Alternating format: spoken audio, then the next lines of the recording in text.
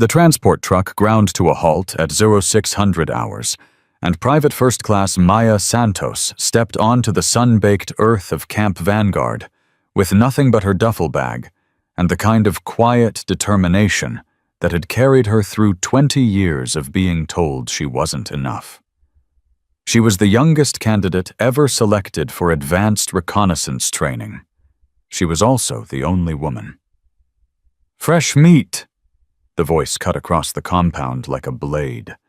Gunnery Sergeant Derek Crawford stood with his arms crossed, his eyes already locked onto Maya like a predator who'd spotted wounded prey. "Well, well, well." Crawford walked toward her with deliberate slowness.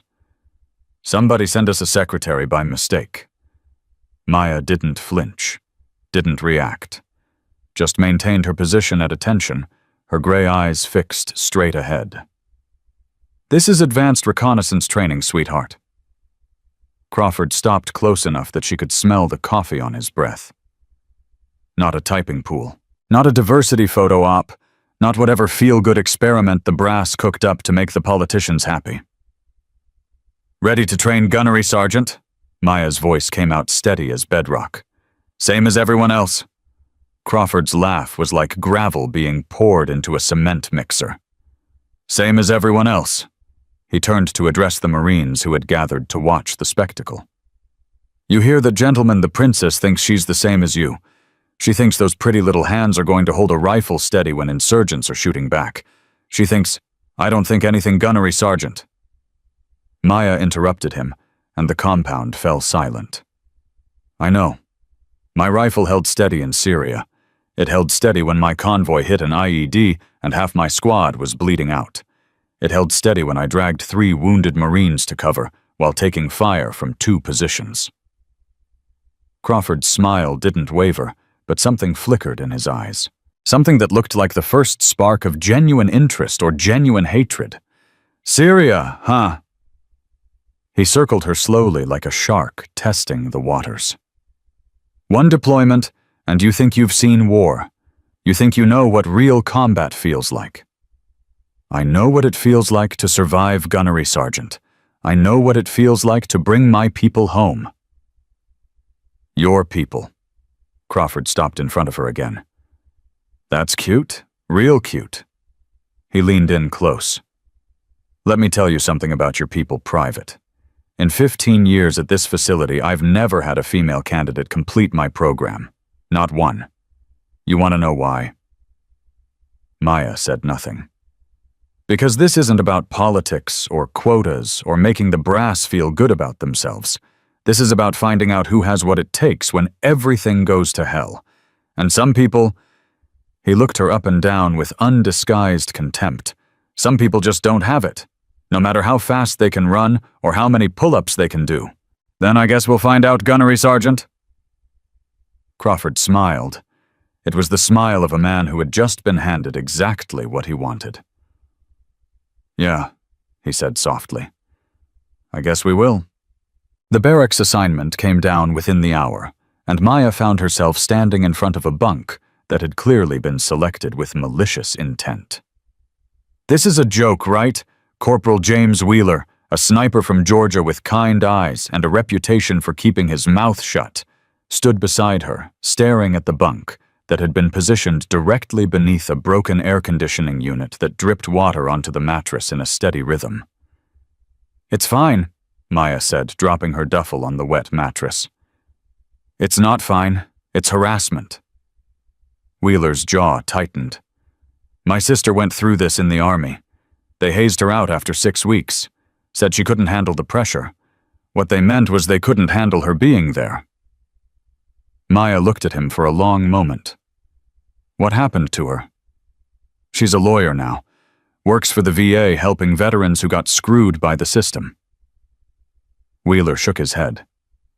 "She's doing good work, but she still has nightmares about what they did to her, what they said to her, the way they made her feel like she was less than human." "I'm sorry." "Don't be sorry. Just don't let them win." Wheeler glanced toward the door, making sure they were alone. "Crawford's got a crew. Sergeant Holloway, Corporal Mason, a few others. They've been bragging about how they're going to wash you out before the end of the first week. Maya began unpacking her gear with methodical precision. Let them brag. Santos, I'm serious. These guys don't play by the rules. Neither do I. Wheeler stared at her for a moment, then nodded slowly. Okay, just watch your back. And if you need anything, I won't.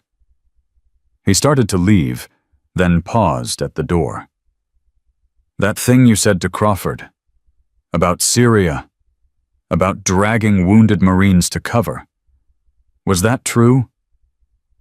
Maya pulled a worn pair of dog tags from her pocket. Not her own. She held them for a moment, her thumb tracing the engraved name. Victor Reyes, she said quietly. He was my instructor. He taught me everything I know about fighting, about surviving, about never giving up no matter how bad things get. She tucked the dog tags back into her pocket. He died of cancer 3 weeks before I enlisted. I carry his tags to remind myself why I'm here. Why are you here? Maya looked up at him, and for the first time, Wheeler saw something behind her careful composure. Something fierce and wounded and absolutely unbreakable. Because every kid who ever got told they weren't good enough needs to see that it's a lie. Because every foster child who got bounced from home to home needs to know that where you come from doesn't determine where you can go. She turned back to her unpacking. And because I promised Victor I wouldn't quit. Not ever. Not for anyone. Wheeler nodded once and left without another word. Maya sat down on her wet mattress and stared at the water dripping from the broken vent. In the distance, she could hear the other candidates laughing about something. Normal sounds. Normal people living normal lives. She wasn't normal. She'd never been normal. And that was exactly why she was going to win. The first training exercise came the next morning at 0500. Land navigation, Crawford's voice echoed across the compound. Simple exercise. You've got your maps, you've got your compasses, you've got your waypoints. First candidate to complete the course gets first pick of bunk assignments. Last candidate gets latrine duty for a month. He began handing out route cards to each candidate. When he reached Maya, he smiled. Special route for you, Private. Command wants to see what our little experiment can really do.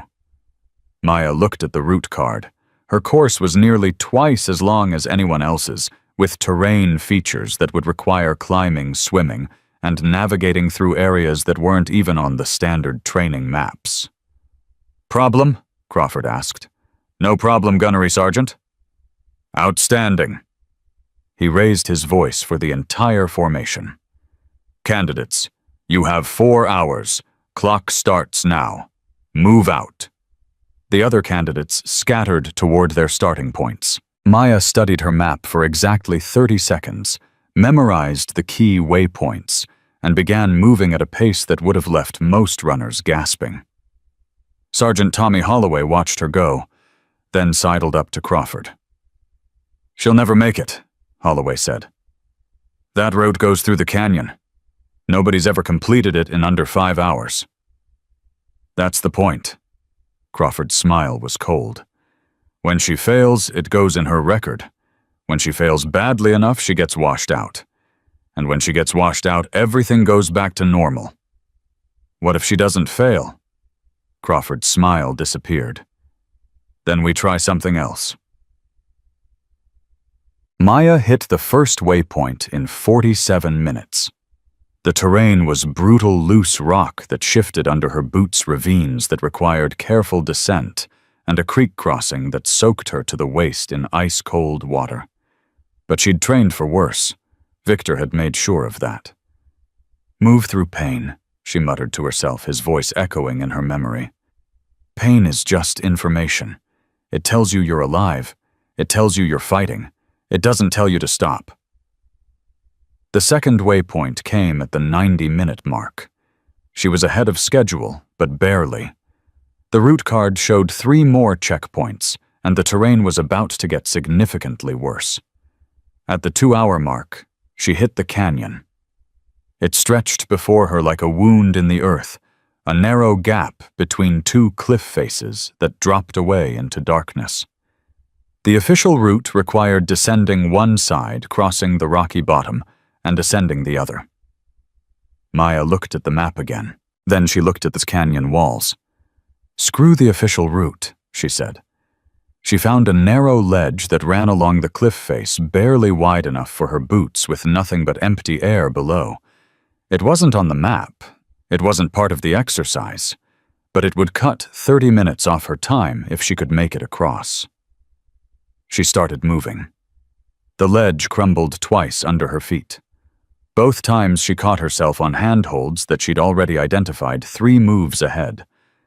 Victor had taught her that to always know your next move, and the move after that, and the move after that. 12 minutes later, she emerged on the far side of the canyon, her hands scraped raw from the rock, but her time intact.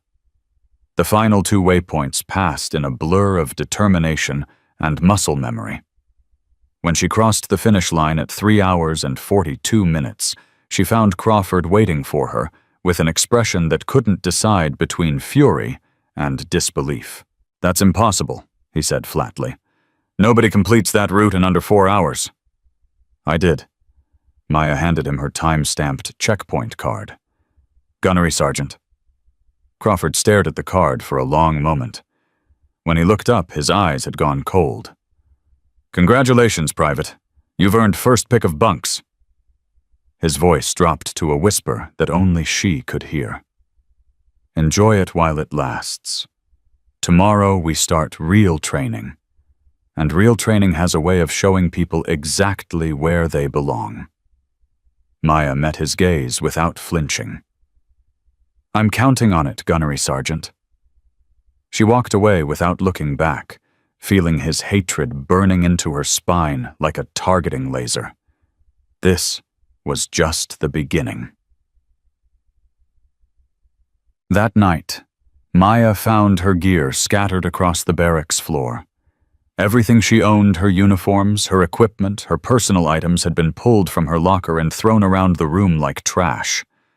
Her grandmother's jade pendant lay in 3 pieces near the door. Victor's dog tags were missing. Maya stood in the doorway for exactly 5 seconds. Then she began picking everything up.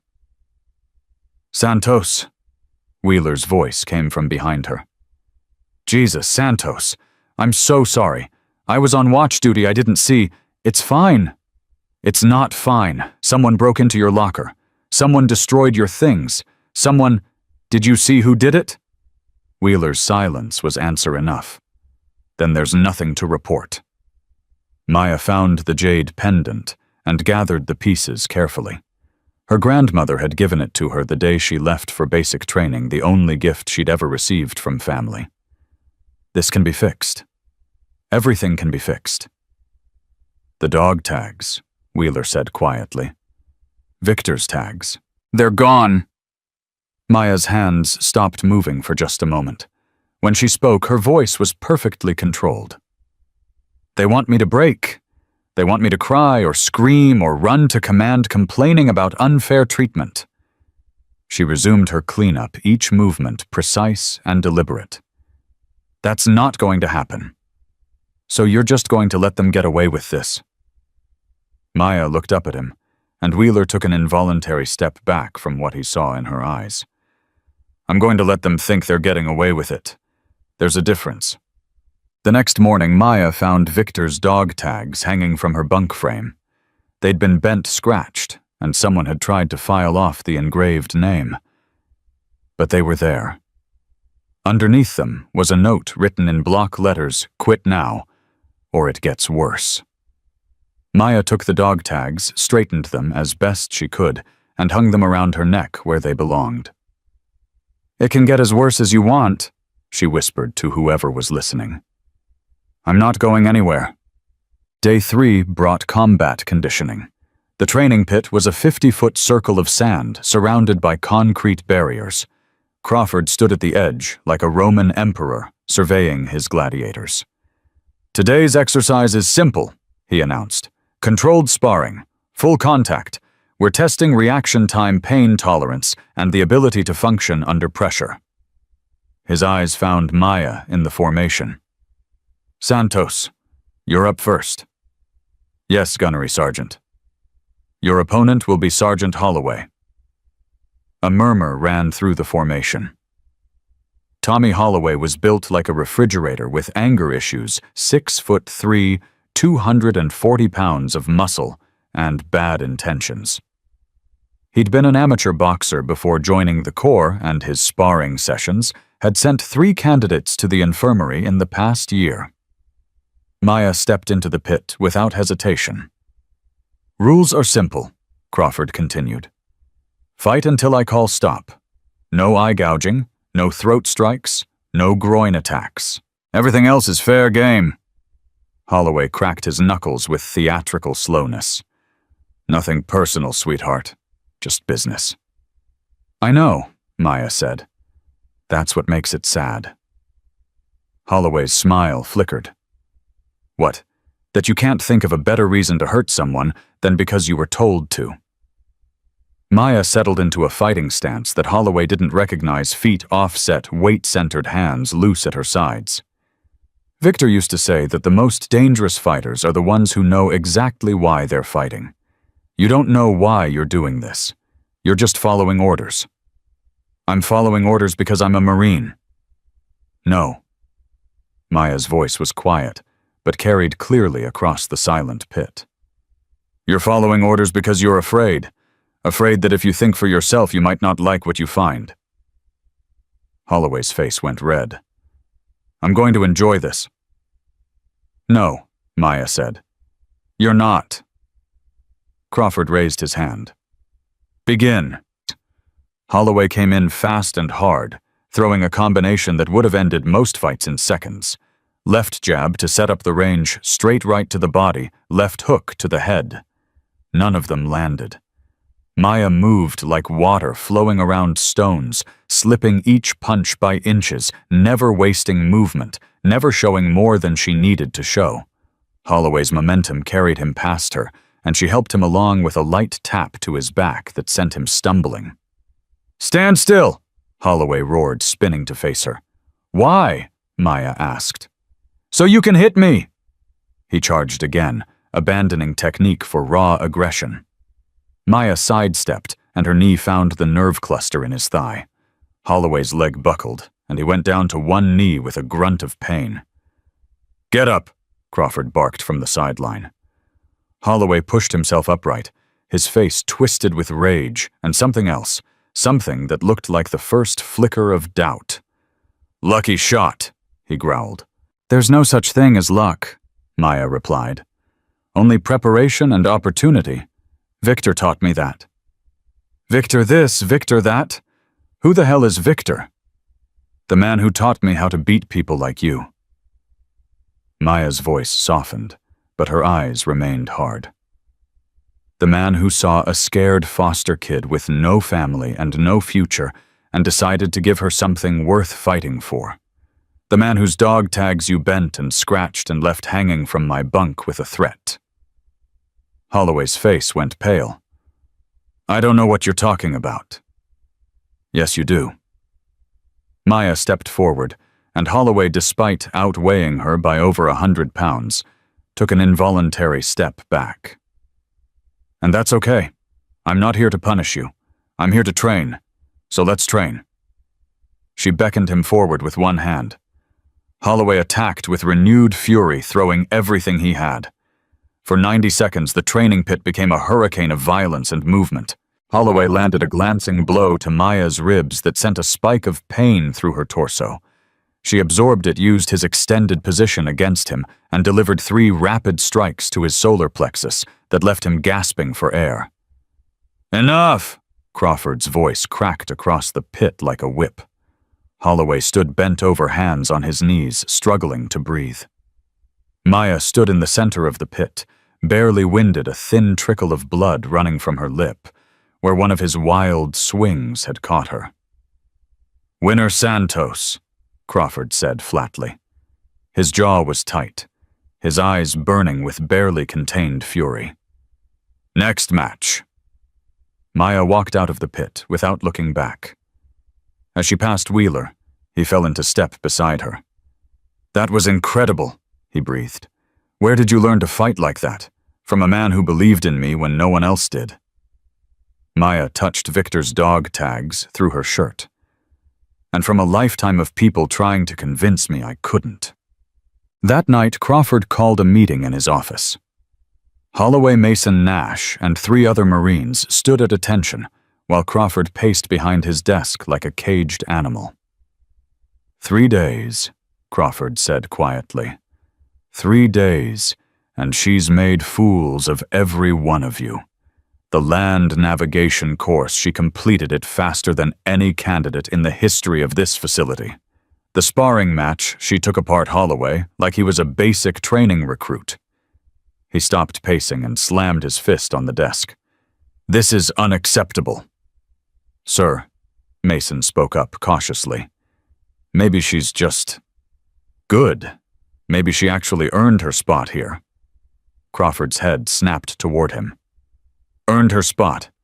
She's here because some politician in Washington decided that the Marine Corps needed better optics.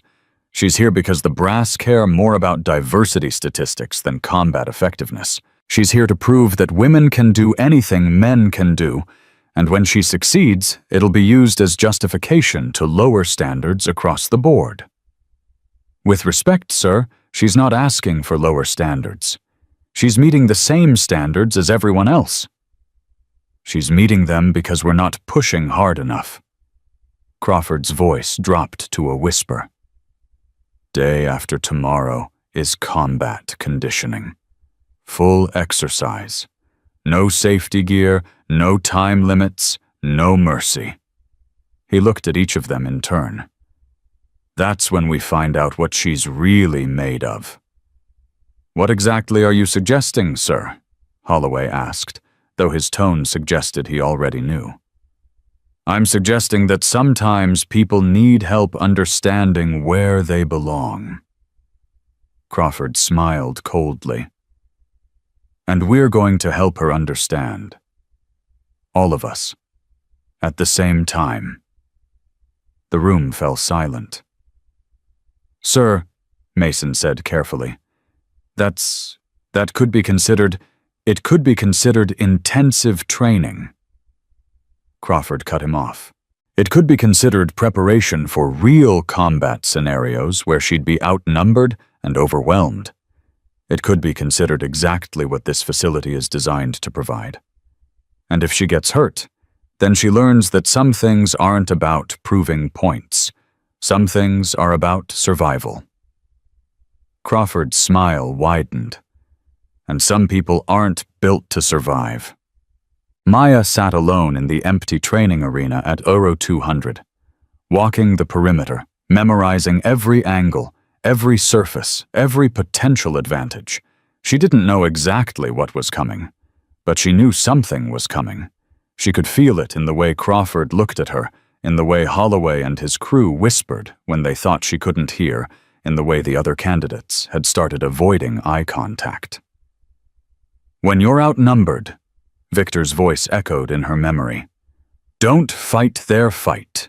Make them fight yours. Speed beats strength. Timing beats power. Heart beats everything.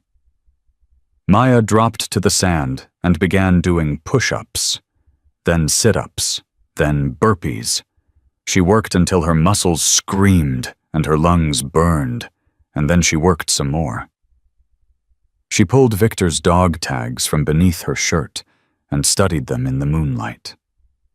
The scratches from whoever had tried to destroy them caught the light like scars. I won't quit, she whispered. Not ever, not for anyone. Somewhere in the barracks, Crawford was finalizing his plans. Somewhere in the darkness, 12 Marines were preparing to teach her a lesson she'd never forget. But Maya Santos wasn't afraid. She'd been fighting her whole life. First against a system that discarded children like broken toys, then against the voices that told her she was worthless, unwanted, destined to fail, then against enemies in Syria who had tried to kill her and the Marines she'd sworn to protect. This was just another battle. And she'd never lost a battle that mattered. Maya stood up, brushed the sand from her clothes, and walked back toward the barracks with the slow, deliberate steps of someone who had already accepted whatever was coming. The stars burned cold and distant above Camp Vanguard. The desert wind whispered secrets that no one could hear. And in 2 days, everything would change. The morning after the sparring match, Maya woke to find her boots filled with sand. She dumped them out without comment, laced them up, and made formation with 30 seconds to spare. Crawford's eyes tracked her the entire time, waiting for a reaction that never came. "Sleep well, Santos?" he called out across the compound. "Yes, Gunnery Sergeant. Thank you for asking." A few candidates snickered. Crawford's jaw tightened. "Glad to hear it. Today's exercise is equipment maintenance. Full gear inspection at 1400. Anyone whose gear isn't perfect gets to run the confidence course until I get tired of watching." The formation dispersed, and Maya headed toward the equipment shed. She'd barely taken 10 steps when Corporal Dante Brooks fell into step beside her. Brooks was a former college linebacker, 6'2", 220 pounds of muscle that moved with surprising grace. He'd been one of the candidates who laughed when Crawford called her secretary on the first day. But something had changed in the past 48 hours. "Santos." His voice was low, careful. "Got a minute?" "Walking and talking. Pick one." "Both." He matched her pace. "Look, I need to say something. When you first got here, I thought Crawford was right. That you were some kind of political experiment, that you'd wash out in a week and we'd all go back to normal." Maya kept walking. "And now I've watched you complete an impossible land navigation course, take apart Holloway in the sparring pit, and handle every piece of harassment they've thrown at you without breaking a sweat." Brooks shook his head. "I was wrong. You're not an experiment. You're a Marine." Maya stopped walking and turned to face him. "Why are you telling me this?" "Because something's coming." Brooks glanced around to make sure they were alone. "I don't know what exactly, but Crawford's been meeting with Holloway Mason and a few others. Private conversations. Closed doors. And every time they come out, they're looking at you like..." "Like what?" "Like they're planning something." Maya studied his face for a long moment. "You could get in trouble for telling me this." "I know.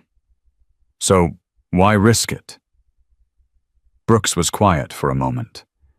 When he spoke, his voice was rough with something that might have been shame.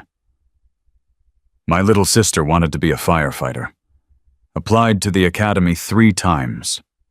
Every time she got hazed out by guys who thought women didn't belong in firehouses." He met Maya's eyes. "She's a dental hygienist now. Makes good money. Has a nice life. But every time I see her, I can see it, that thing they broke inside her. That dream they killed. I'm sorry. Don't be sorry. Just don't let them do the same thing to you." Brooks started walking again. "Watch your back, Santos.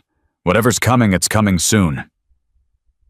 He disappeared into the equipment shed, leaving Maya alone with the weight of his warning. She touched Victor's dog tags through her shirt and kept moving. The equipment inspection came and went. Maya's gear was perfect. She'd spent 2 hours the night before checking every strap, every buckle, every piece of hardware. Crawford found nothing to criticize, which seemed to make him angrier than if he'd found a dozen violations. "Tomorrow," he announced to the formation at evening meal. "Combat conditioning, full exercise, 0600. I expect everyone to bring their A-game." His eyes found Maya across the mess hall. "Especially you, Santos. Tomorrow we find out what you're really made of."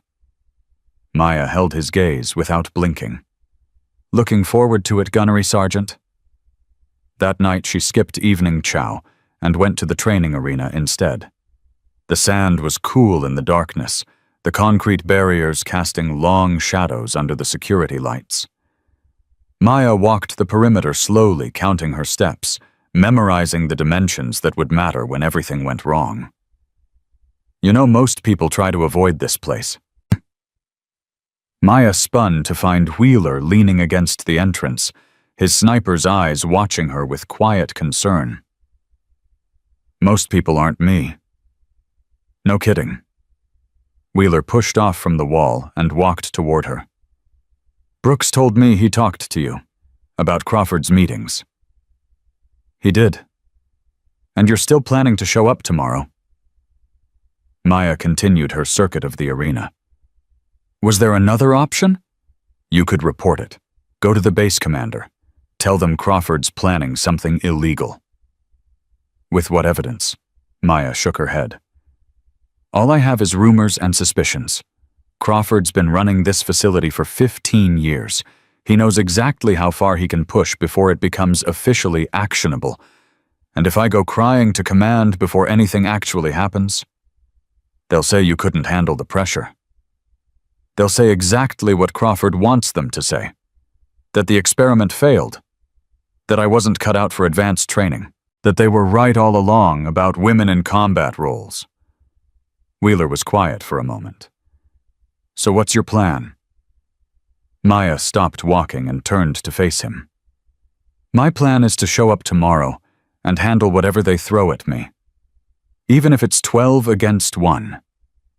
Even if it's 12 against 1. That's insane. Maybe. Maya's voice softened.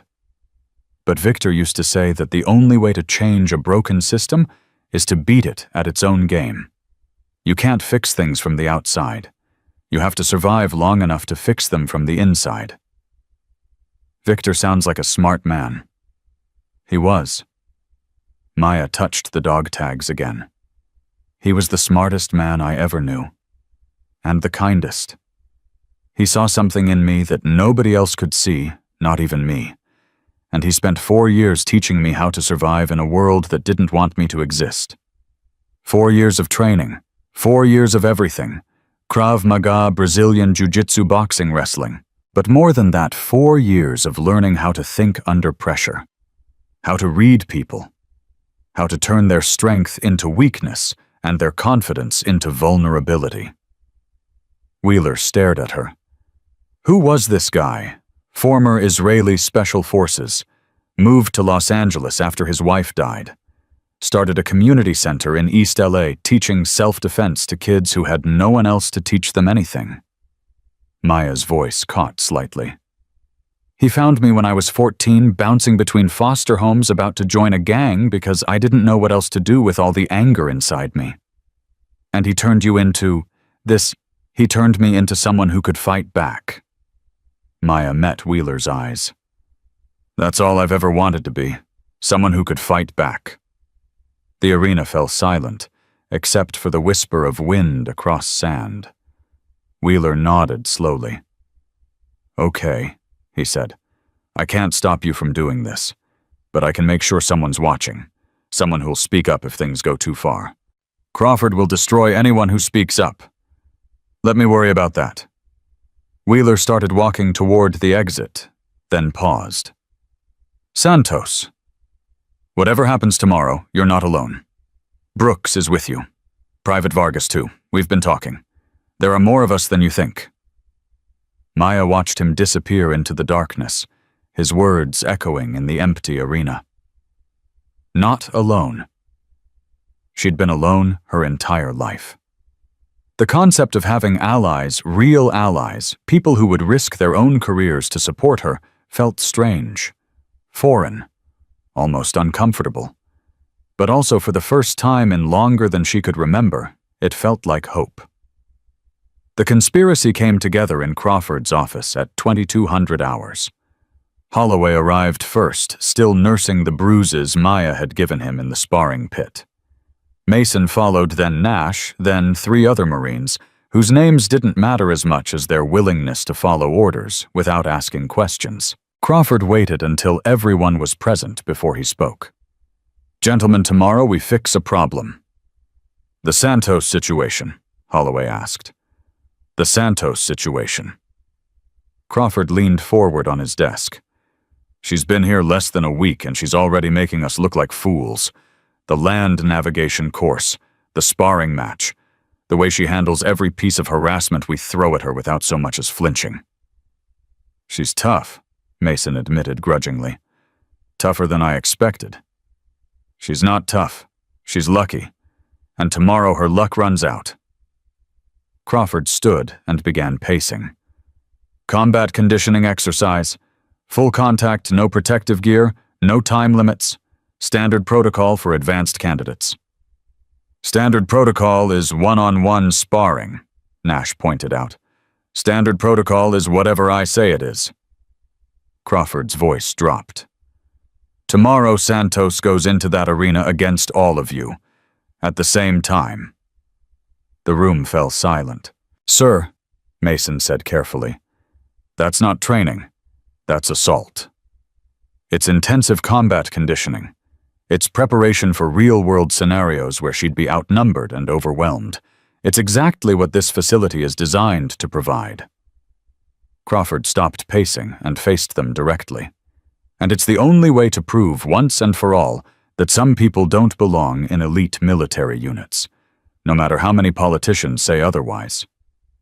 What if she gets hurt? Then she learns an important lesson about her own limitations." Crawford smiled. "And she transfers out before the week is over. Problem solved." "What if she doesn't transfer out?" Crawford's smile faded. "Then we make sure she understands that this was just the beginning. That every day she stays here will be worse than the day before. That eventually the only sane choice is to leave." Holloway cracked his knuckles. "I can live with that." "Good." Crawford looked at each of them in turn. "Tomorrow at 0600. Full exercise. And remember, whatever happens in that arena, we were just following training protocol. Understood?" 6 voices answered in unison. "Yes, Gunnery Sergeant." "Dismissed." As they filed out, none of them noticed the shadow that detached itself from the wall outside Crawford's window and moved silently into the darkness. Maya had heard everything. She stood in the darkness behind the administration building, her heart pounding, her mind racing through scenarios and counter-scenarios with the speed of someone who'd learned to think tactically under pressure. 12 against 1. Full contact, no mercy. Crawford wasn't trying to train her. He was trying to break her, to humiliate her so completely that she'd never recover, to send a message to every woman who might ever think about following in her footsteps.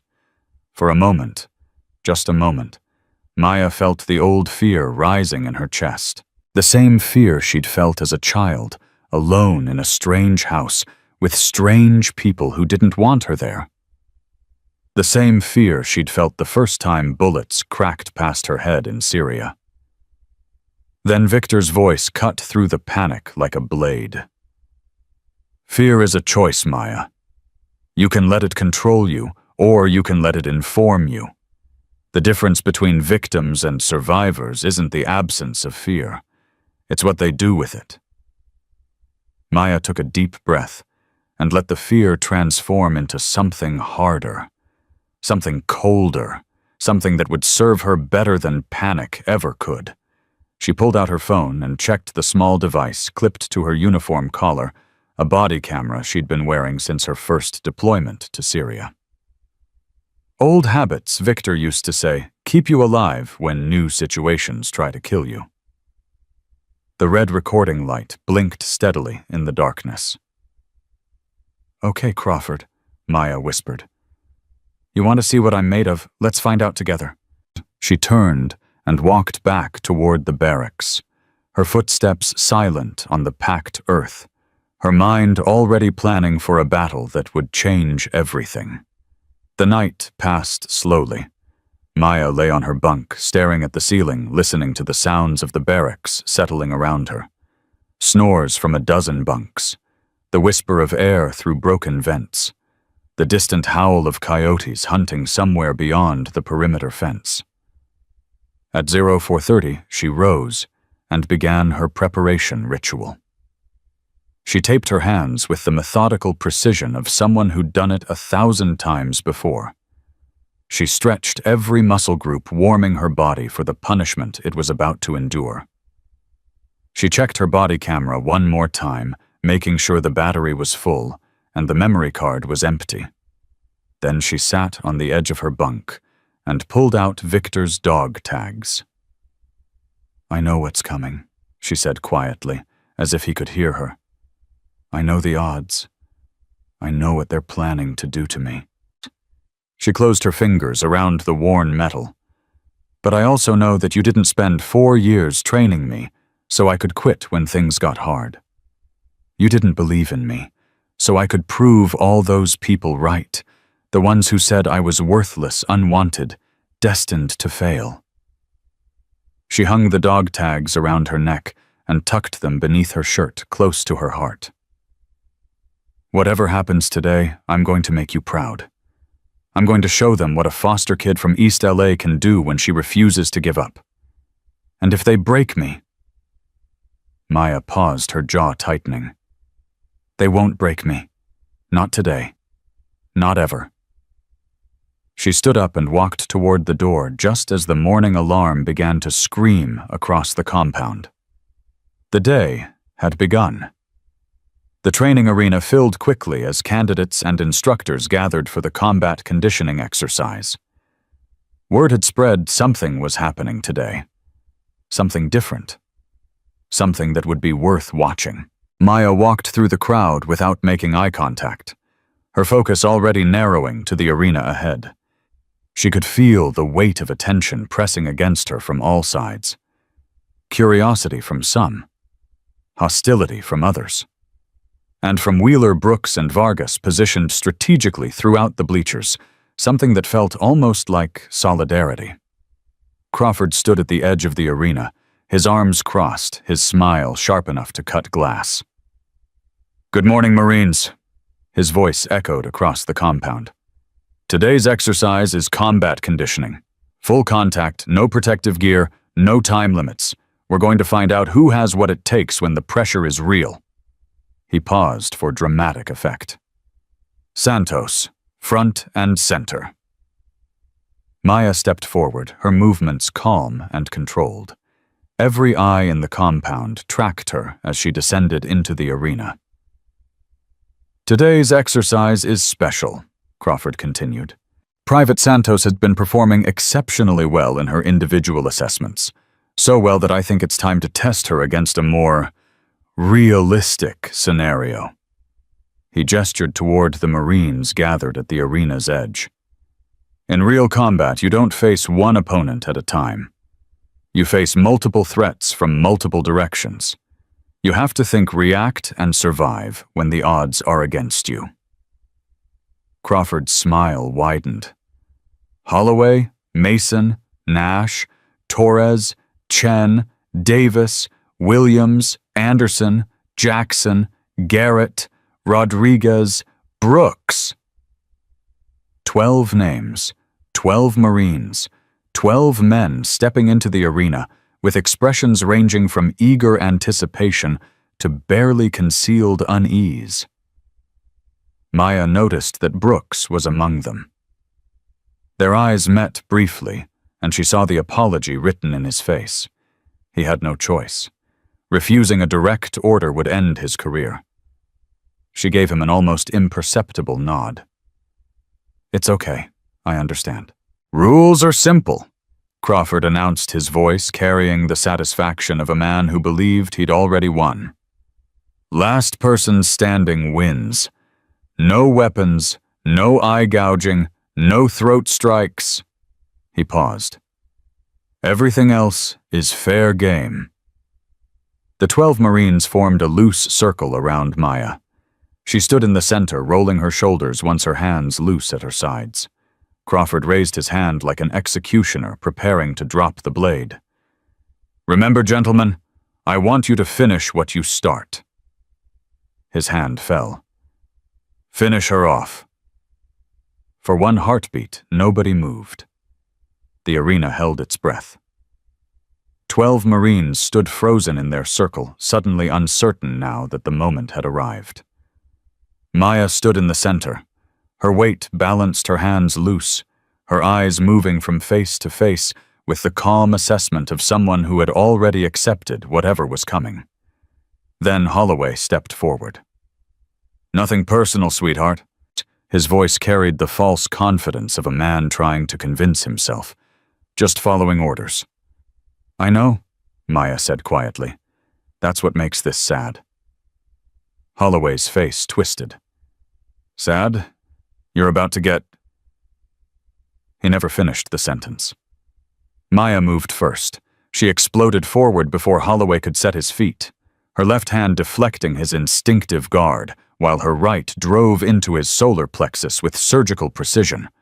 Holloway doubled over gasping, and Maya was already spinning away before the others could react. "Get her!" someone shouted.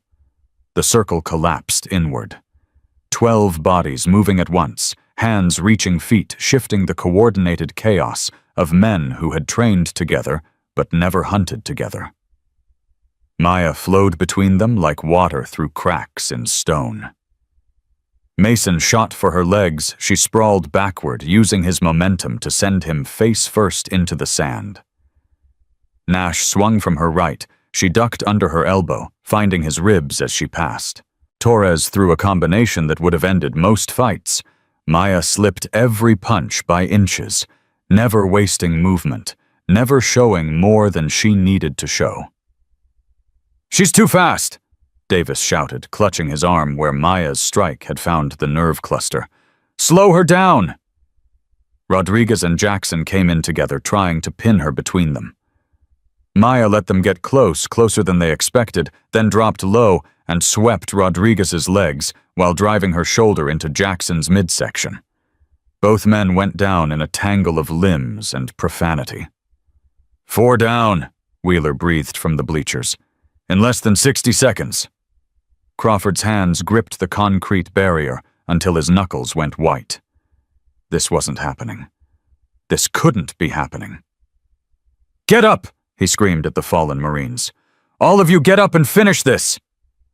Maya stood in the center of the chaos, breathing hard, but controlled. Blood trickled from her lip, where one of Nash's wild swings had caught her, but her eyes remained clear, focused, calculating. "Come on!" she said, beckoning the remaining fighters forward. "Is that all you've got?" Anderson, the one they called Hammer, charged with a roar of pure frustration. He was the biggest man in the arena, and he threw punches like he was trying to demolish buildings. Maya absorbed the first strike on her forearm, feeling the impact all the way to her shoulder. The second grazed her ribs, sending a spike of pain through her torso. But she was inside his guard now. Her knee found the pressure point in his thigh. Anderson's leg buckled. Her elbow caught him on the temple as he fell, and he hit the sand like a collapsing skyscraper. 5. Maya counted softly. Chen and Williams attacked from opposite sides, their timing nearly perfect. Maya couldn't slip both. She took Williams's punch on her shoulder while blocking Chen's kick with her shin. The double impact staggered her, and suddenly hands were grabbing at her arms, her shoulders trying to pin her down. "Got her!" Garrett shouted, his arms wrapping around her waist from behind. "Hold her still!" Mason recovered enough to grab her left arm. Torres seized her right. For a terrible moment, Maya was trapped, 3 men holding her, while the others closed in for the kill. Crawford leaned forward, his eyes bright with anticipation. "Finish it!" Holloway stepped up, his face twisted with rage and wounded pride. He drew back his fist. "This is for making me look bad, princess." Maya stopped struggling.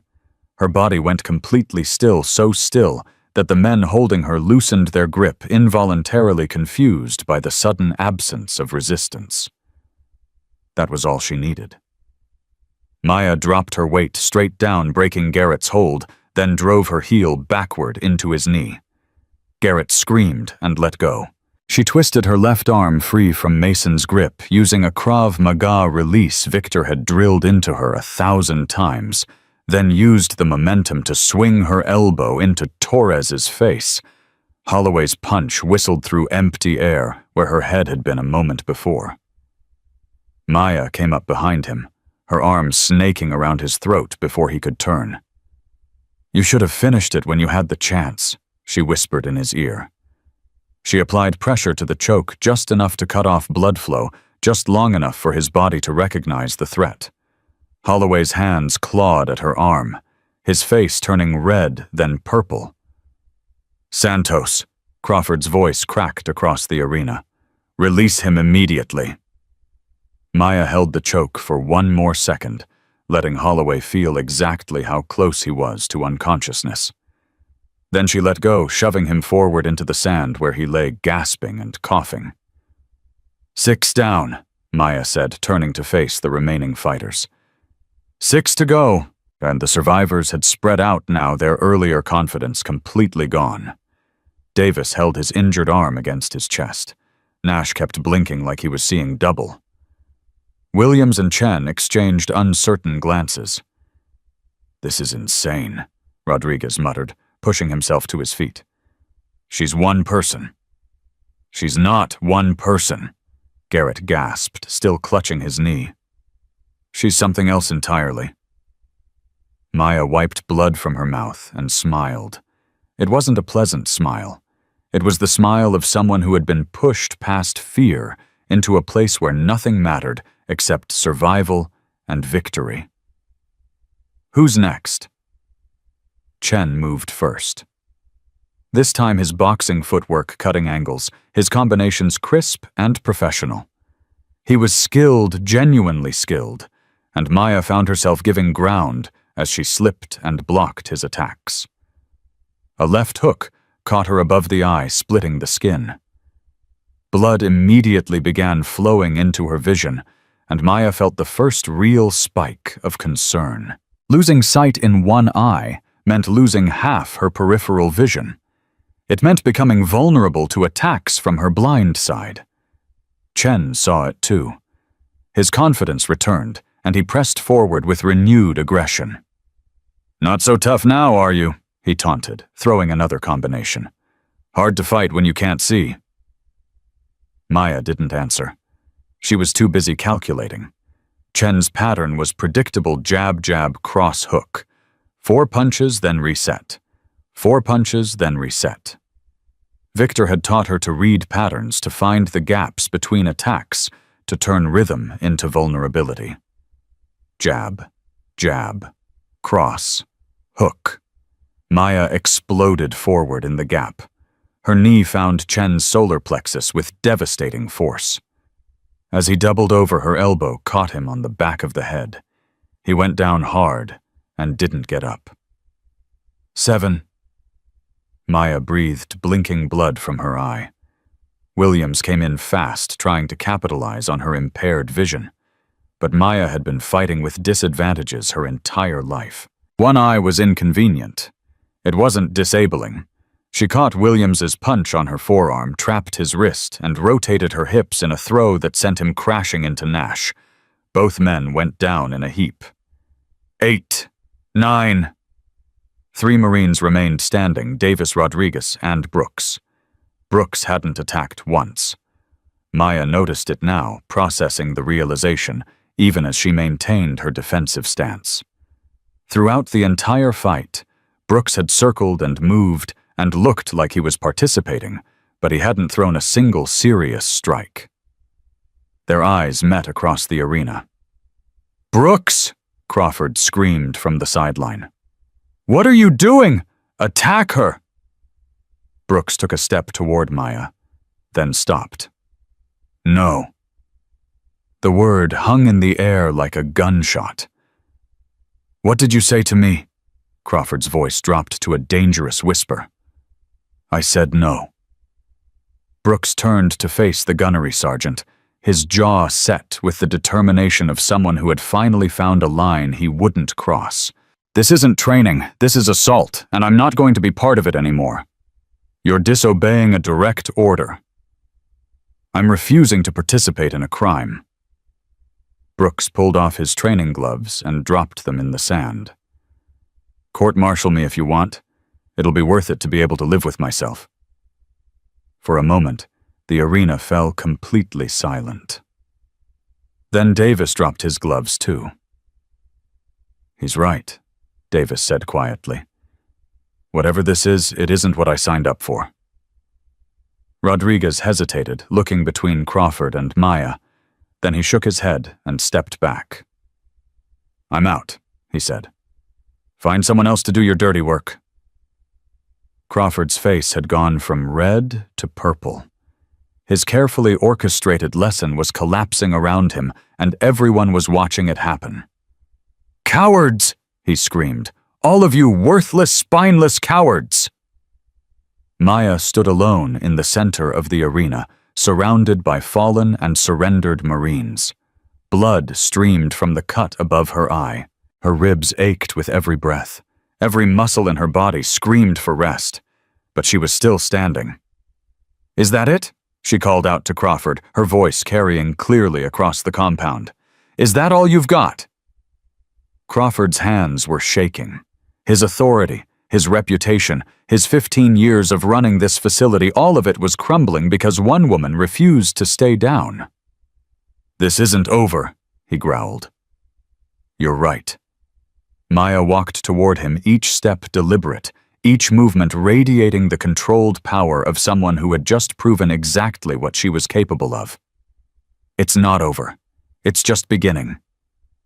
She climbed out of the arena and stopped directly in front of Crawford, close enough that he could see the fire burning in her remaining good eye. You wanted to see what I was made of, Gunnery Sergeant. You wanted to test my limits. You wanted to prove that some people don't belong in your precious Marine Corps. Maya pulled Victor's dog tags from beneath her shirt, letting them catch the light. These belong to the man who trained me, the man who found a scared foster kid with no family and no future and decided to teach her how to fight, not just with her fists, but with her heart, with her mind, with everything she had. She held the dog tags up so Crawford could see the scratches, the damage, the evidence of everything his people had done. Your crew tried to destroy these. They thought if they broke something I cared about, I'd break too. But Victor taught me that real strength isn't about what you can carry. It's about what you refuse to put down. Crawford's jaw worked, but no words came out. You've spent 15 years breaking people who trusted you to make them stronger, Maya continued, her voice dropping to a whisper that somehow carried more weight than shouting would have. You've built your entire identity around proving that some people don't belong. But the truth is, the only person here who doesn't belong is you. She turned and started walking toward the exit. Santos, Crawford's voice cracked with desperation. We're not finished here. Maya stopped, but didn't turn around. Yes, we are. She touched the body camera clipped beneath her collar, the one that had been recording everything since the moment she woke up. We're very finished, Gunnery Sergeant. You just don't know it yet. She walked out of the arena without looking back, leaving Crawford standing among the wreckage of his authority, while 30 witnesses sat in stunned silence trying to process what they had just seen. In the bleachers, Wheeler pulled out his phone and began typing a message. 20 words. To the base commander, containing everything that official channels needed to know about what had happened in the combat conditioning arena. The investigation was about to begin. Maya made it halfway to the barracks before her legs gave out. She caught herself against the wall of the equipment shed, her body finally acknowledging the damage it had sustained. 3 cracked ribs, she was almost certain of it now. Possible concussion from one of Chen's punches. The cut above her eye would need stitches. and her left hand was swelling in a way that suggested she'd fractured something without noticing. Santos. Wheeler was running toward her, Brooks and Vargas close behind. "I'm fine," Maya said automatically. "You're not fine. You're bleeding from 3 different places and you can barely stand." Wheeler reached her side and immediately began assessing her injuries with the practiced eye of someone with combat medic training. "We need to get you to the infirmary. Crawford will be there. He'll try to spin this, make it look like I'm the one who— Crawford isn't going to do anything." Brooks's voice was grim with satisfaction. "Vargas recorded the whole thing on his phone. Different angle from your body cam. 2 separate pieces of evidence showing exactly what happened." Maya looked at Vargas, the young private who'd been slipping her extra rations when no one was looking, and felt something loosen in her chest. "Why?" she asked. "Why would you risk your career for me?" Vargas shrugged, but his eyes were serious. "Because my grandmother used to tell me that the measure of a person isn't how they act when things are easy. It's how they act when things are hard." He held up his phone. "Today, things were hard, and I decided what kind of person I wanted to be." Wheeler helped Maya toward the infirmary, supporting her weight, when her legs threatened to buckle. Behind them, she could hear the sounds of the compound coming back to life, voices murmuring, boots, shuffling the first stirrings of what would become a storm. "What happens now?" Maya asked. "Now?" Wheeler glanced back at the arena where Crawford still stood, his face the color of old ash. "Now you heal. And while you're healing, the system you just exposed starts eating itself. Crawford has friends. People who'll protect him." Crawford had friends. Past tense. Wheeler shook his head. "What he did today, ordering 12 Marines to assault a superior officer during a training exercise that's career-ending. That's court-martial territory. That's the kind of thing that makes generals nervous about congressional investigations." They reached the infirmary door. Maya paused before entering. "Wheeler. Yeah, thank you. For believing me when nobody else did." Wheeler smiled, but his eyes were sad. "I believed you because I've seen this before. Different face, different facility, same story. My sister went through something like this, and nobody stood up for her." He opened the door. "I wasn't going to let that happen again." The infirmary was quiet, except for the hum of medical equipment. Dr. Patricia Reyes looked up from her paperwork as they entered, and her professional composure cracked when she saw Maya's condition. "What happened to this Marine?" she demanded, already reaching for gloves and bandages. "Combat conditioning exercise," Wheeler said. "Gunnery Sergeant Crawford's special curriculum." Dr. Reyes's eyes narrowed. "Explain." Wheeler explained. By the time he finished, the doctor's face had gone from concerned to furious. 12 against 1, she repeated. Full contact, no protective gear, and he ordered them to finish her off. "That's correct, ma'am." Dr. Reyes turned to Maya, who was sitting on an examination table, trying not to wince as the adrenaline wore off and the pain set in. "Private Santos, I need to document your injuries. All of them. And I need you to tell me exactly what happened in your own words." She pulled out a digital recorder. "This is for the official record. Do you understand?" Maya nodded. "Then start from the beginning." So Maya told her story.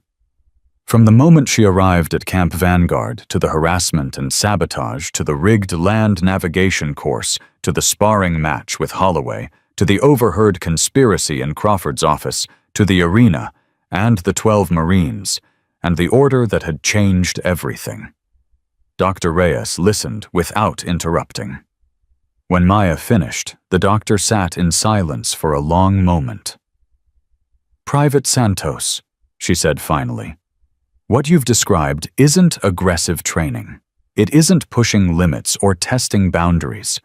What you've described is systematic abuse of authority assault with intent to cause harm and potentially criminal conduct. I know. I'm required by regulation to report suspected abuse incidents to the base commander.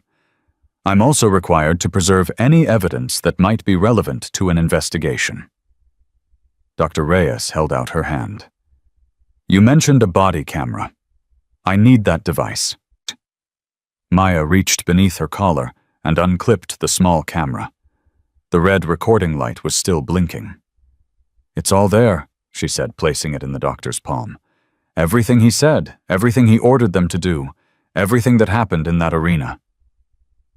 Dr. Reyes looked at the camera, then at Maya, then at the injuries she had spent the last 30 minutes documenting. Gunnery Sergeant Crawford's career ended the moment he gave that order, she said quietly. He just doesn't know it yet. Maya closed her eyes and leaned back on the examination table, suddenly exhausted in a way that went beyond physical fatigue. She had survived. She had won. But the real battle was just beginning. Because Crawford wasn't going to go quietly. Men like him never did. And somewhere in the compound, surrounded by the wreckage of his authority and the growing whispers of Marines who had seen what happened, Derek Crawford was already planning his next move. The question was whether the system would protect him or finally hold him accountable. Maya touched Victor's dog tags one more time and whispered a prayer that she hadn't known she still remembered. Let it be enough, she breathed. Let this be enough. But deep down she knew that some fights didn't end when the last punch was thrown. Some fights were just getting started. The investigators arrived from Quantico at 1400 hours. 3 of them, 2 men in pressed uniforms, and a woman in civilian clothes, who carried herself with the quiet authority of someone who had seen institutional failures before and knew exactly what to look for. Maya watched from the infirmary window as they crossed the compound, their faces grim with the weight of what they had come to uncover. That's Colonel Rebecca Stone, Wheeler said from beside her. 30 years of service, 3 combat deployments. She doesn't play politics, and she doesn't protect people who abuse their authority. How do you know that? Because she's the one who court-martialed my old commanding officer for hazing junior enlisted. Wheeler's voice carried a note of satisfaction. Crawford picked the wrong week to show his true colors. Dr. Reyes entered the examination room, her expression professionally neutral, but her eyes bright with something that looked like vindication. Private Santos, Colonel Stone would like to speak with you. Are you feeling well enough for an interview? Maya swung her legs off the examination table, ignoring the protest from her cracked ribs. I've been waiting for this conversation since the moment I arrived at Camp Vanguard. The interview room was small and bare, just a table, 4 chairs, and a recording device that blinked red in the corner. Colonel Stone sat across from Maya, her silver eagles catching the fluorescent light. Private First Class Maya Santos. Stone began her voice, carrying the measured cadence of someone who chose every word with precision. I've reviewed Dr. Reyes's medical report, the body camera footage, and the supplementary video provided by Private Vargas. I've also spoken with Corporal Wheeler, Corporal Brooks, and 6 other witnesses who were present in the arena this morning. She paused, letting the weight of that statement settle. What I've seen and heard is deeply disturbing. But before I proceed with formal charges, I need to hear your account. In your own words. From the beginning. So Maya told her story again. The same story she had told Dr. Reyes, but this time with the added details that only came out when you were speaking to someone who had the power to actually do something about it. She told Stone about the wet bunk and the sabotaged gear. About Victor's dog tags being stolen damaged and left with a threat. About the rigged land navigation course and the sparring match against Holloway. About overhearing Crawford's conspiracy in his office the night before the assault. She told her about the arena, about 12 men closing in like wolves, about Crawford's order to finish her off, about fighting until her body screamed for rest, and then fighting some more. And she told her about Brooks Davis and Rodriguez, the 3 Marines who had finally found the courage to say no. When she finished, Colonel Stone sat in silence for a long moment. "Private Santos," she said finally, "what you've described is one of the most serious breaches of military discipline I've encountered in 30 years of service. Gunnery Sergeant Crawford didn't just violate training protocols. He violated his oath as a Marine. He violated the trust placed in him by every candidate who came to this facility expecting to be trained, not tortured. What happens now? Now." Stone leaned forward. "Now Gunnery Sergeant Crawford faces the consequences of his actions. Assault on a superior officer, abuse of authority, conduct unbecoming, conspiracy to commit assault, violation of his duty to protect the Marines under his command." She counted the charges on her fingers. Any one of those is career-ending. Together, they're potentially criminal. Maya felt something loosen in her chest, a tension she hadn't realized she'd been carrying since the moment she stepped off that transport truck a week ago. And the Marines who participated, that's more complicated. Stone's expression softened slightly. Some of them, like Holloway Mason and Nash, appear to have been willing participants who shared Crawford's views about women in combat roles. They'll face non-judicial punishment and mandatory remediation training. And the others? Brooks Davis and Rodriguez refused a direct order to continue the assault. In my judgment, that refusal demonstrated exactly the kind of moral courage we need in our Marine Corps. Stone allowed herself a small smile. Their records will reflect their actions. Favorably. Maya nodded slowly. What about Wheeler and Vargas? They were the ones who documented everything, who made sure there was evidence that couldn't be dismissed or covered up. They'll receive commendations for their actions, as will you. I don't want a commendation. Stone raised an eyebrow. What do you want? Maya was quiet for a moment, gathering her thoughts. When she spoke, her voice was steady but heavy with something that had been building for a long time. I want this to mean something. I want every woman who comes after me to know that what Crawford did isn't acceptable, isn't tolerated, isn't just the price of admission to a club that doesn't want her there. She met Stone's eyes. I want the system to change. Not just punish one bad actor, but actually change. Colonel Stone studied her for a long moment. Private Santos, do you know why I volunteered for this investigation? No, ma'am. Because 30 years ago, I was you. Different facility, different instructor, different details, but the same story. I survived my own arena. I beat my own Crawford. And then I spent 3 decades working my way up through a system that hadn't changed nearly enough since the day I joined. Stone stood and walked to the window, her back to Maya. The men who hazed me were never punished. The instructor who orchestrated it was promoted 6 months later, and I learned to keep my head down, my mouth shut, and my anger buried so deep that sometimes I forgot it was there. She turned back to face Maya. You've given me something I never had. Evidence that can't be dismissed. Witnesses who are willing to speak up. A story so clear and so damning that no amount of institutional inertia can bury it. Her voice hardened. I intend to use every bit of it. The confrontation came 2 hours later. Crawford had been confined to quarters pending the completion of the investigation. But when Colonel Stone summoned him to the administrative building, he arrived with the swagger of a man who still believed his connections would protect him. Colonel Stone. Crawford's voice carried the false deference of someone who had spent 15 years manipulating the system. I appreciate you taking the time to hear my side of this unfortunate misunderstanding. Misunderstanding? Stone's voice could have frozen the Nevada desert. Is that what you're calling it? The Santos situation got out of hand. I take full responsibility for that.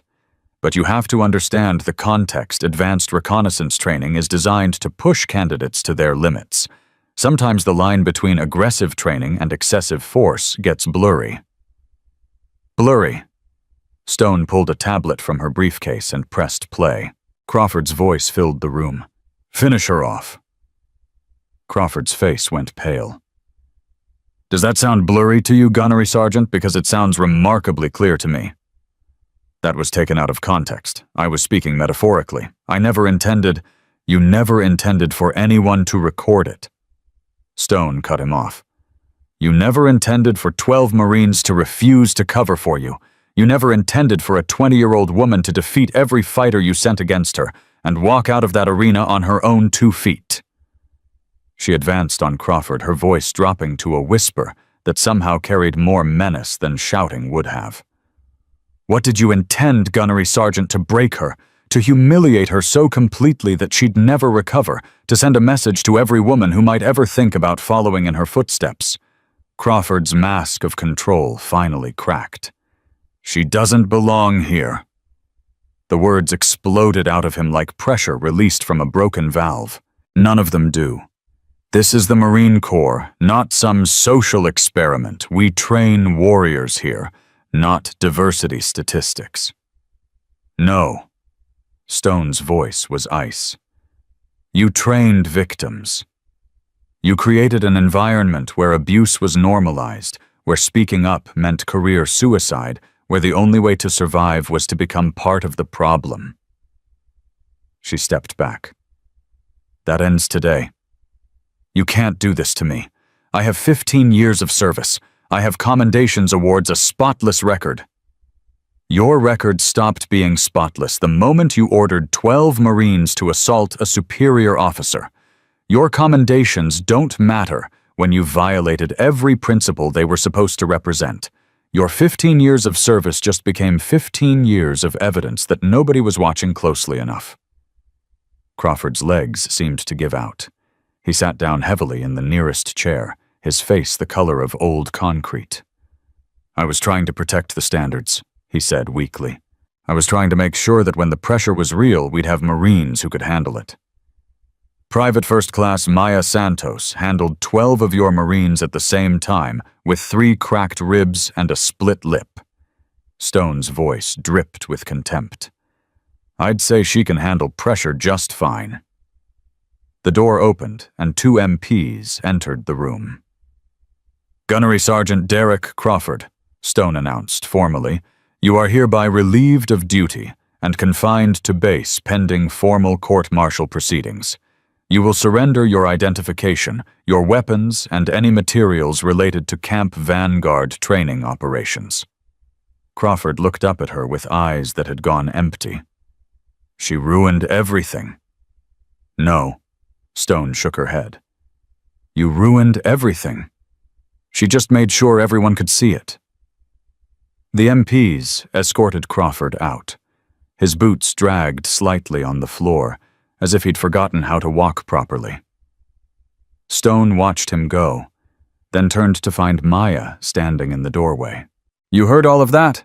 I heard enough. Stone nodded slowly. How do you feel? Maya considered the question carefully. How did she feel? Vindicated? Relieved? Triumphant? I feel like this is just the beginning, she said finally. Crawford's gone, but the system that created him is still here. The attitudes that let him operate for 15 years are still here. The men who looked the other way while he broke people are still here. You're right. Stone walked toward her. Which is why I'm not just here to prosecute Crawford. I'm here to tear down the entire culture he built and replace it with something better. How? By starting with the people who stood up when everyone else stayed silent. By promoting Marines like Wheeler and Brooks and Vargas, people who demonstrated that integrity matters more than institutional loyalty. By making sure that what happened to you never happens to anyone else. Stone placed a hand on Maya's shoulder. "And by asking you to be part of the solution. Not just a victim who survived, but a leader who can help build something worth being proud of." Maya looked at her, this woman, who had spent 30 years fighting the same battles, carrying the same scars, pushing against the same walls that never seemed to move. "What exactly are you asking me to do?" "I'm asking you to stay in the Marine Corps, to complete your training, real training at a facility that deserves your talent, to work your way up through the ranks the way I did, and eventually to become the kind of leader who makes sure there are no more Crawfords, no more arenas, no more orders to finish someone off. That could take years, decades." "Yes." Stone smiled grimly. "But the alternative is walking away and letting the system stay exactly the way it is. And I don't think that's who you are." Maya was quiet for a long moment. Through the window, she could see the compound going about its business. Marines training instructors supervising the daily rhythm of military life continuing despite the earthquake that had just shaken its foundations. Victor used to say that the only way to change a broken system is to beat it at its own game, she said softly. That you can't fix things from the outside. You have to survive long enough to fix them from the inside. Smart man. He was. Maya touched the dog tags beneath her shirt. He saved my life. Not just in the literal sense, but in every way that matters. He gave me purpose when I had none, direction when I was lost, strength when I was ready to give up. She looked up at Stone. If I do this, if I stay, if I fight, if I try to change things from the inside, I'm doing it for him. For every kid like me who needs to see that it's possible to come from nothing and become something. For every woman who'll come after me who deserves to be trained, not tortured. Is that a yes? Maya extended her hand. That's a yes. Stone shook it firmly. Welcome to the long fight, Private Santos. It's going to be hard. It's going to be slow. And there will be days when you want to quit. I don't quit, Maya said simply. Not ever. Not for anyone. I know. Stone smiled. That's why I want you on my side. The investigation continued for 3 weeks. One by one, the Marines who had participated in the arena assault were interviewed, evaluated, and assigned consequences appropriate to their level of involvement.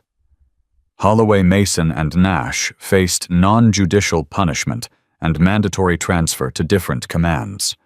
The others received counseling and remediation training. Brooks was promoted to sergeant ahead of schedule with a formal citation for moral courage under pressure. Wheeler received a commendation that would follow him through the rest of his career. Vargas was offered a slot in officer candidate school, and Crawford faced a court-martial that lasted 12 days and ended with a dishonorable discharge forfeiture of all pay and benefits, and 2 years in military prison. Maya testified on the 3rd day. She sat in the witness chair with her hands folded in her lap, her voice steady as she recounted every detail of what had happened at Camp Vanguard.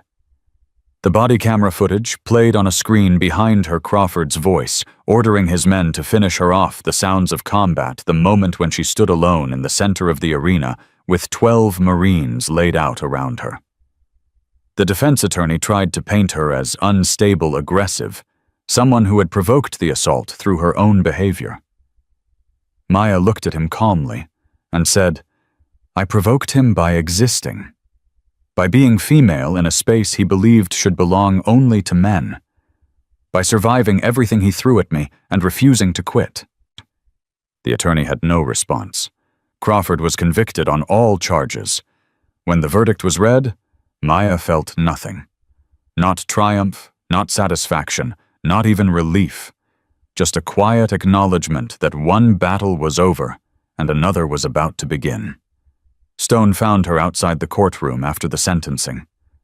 How do you feel? She asked. Like this is the smallest part of what needs to happen. Maya looked out across the base. Crawford's going to prison. But the attitudes that created him are still out there.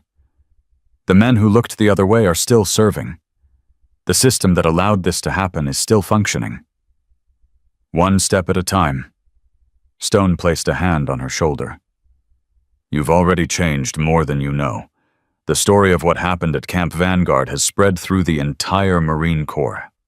Training protocols are being reviewed at every advanced facility. Instructors are being evaluated.